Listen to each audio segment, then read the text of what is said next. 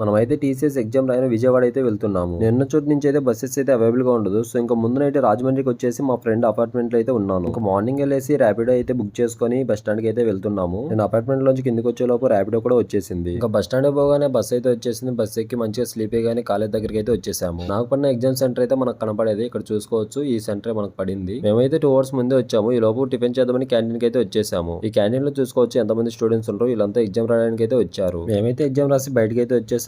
నాకు తెలిసినంత వరకు అయితే నేను ఎగ్జామ్ బాగానే రాసిన నేను అనుకుంటున్నా. మేము బయటకు వచ్చే తలకి 2:30 అలా అయింది. సో ఇంకా లంచ్ చేయడానికి అయితే వెళ్తున్నాము. మేము అన్ని చూసుకుంటూ ఫైనల్ గా ఫుడ్ కోర్ట్ కి అయితే వచ్చేసాము. లోపల వ్యూ అయితే చాలా బాగుంది. బట్ మాకు టైం లేదని ఫోటోస్ అయితే దిగలేదు. ఫోటోస్ దిగుదాం అనుకున్నాం కానీ ఇంకా లోపల పోయి బిర్యానీ ఆర్డర్ చెప్పుకుని మంచిగా తినేసి అయితే బయటకి అయితే వచ్చేసాము. ఇంకా రిటర్న్ అవుదామని బస్ స్టాండ్ కి అయితే వచ్చేసాము. బస్ స్టాండ్ కి రాగానే ఏసీ బస్ అయితే దొరికింది మాకు. అందులో అయితే రిటర్న్ అయిపోయాము. అక్కడ నుంచి మా అక్క వాళ్ళ ఇంటికి అయితే వెళ్ళాను. వెళ్లే మధ్యలో అయ్యప్ప స్వామి పడి పూజ అయితే చేస్తున్నారు. మేము కూడా ఆగి అయ్యప్ప స్వామిని అయితే దర్శించుకొని వెళ్ళిపోయాము. ఈ రోజు వీడియో అయితే ఇది. Don't forget to subscribe. Thank you for watching this video.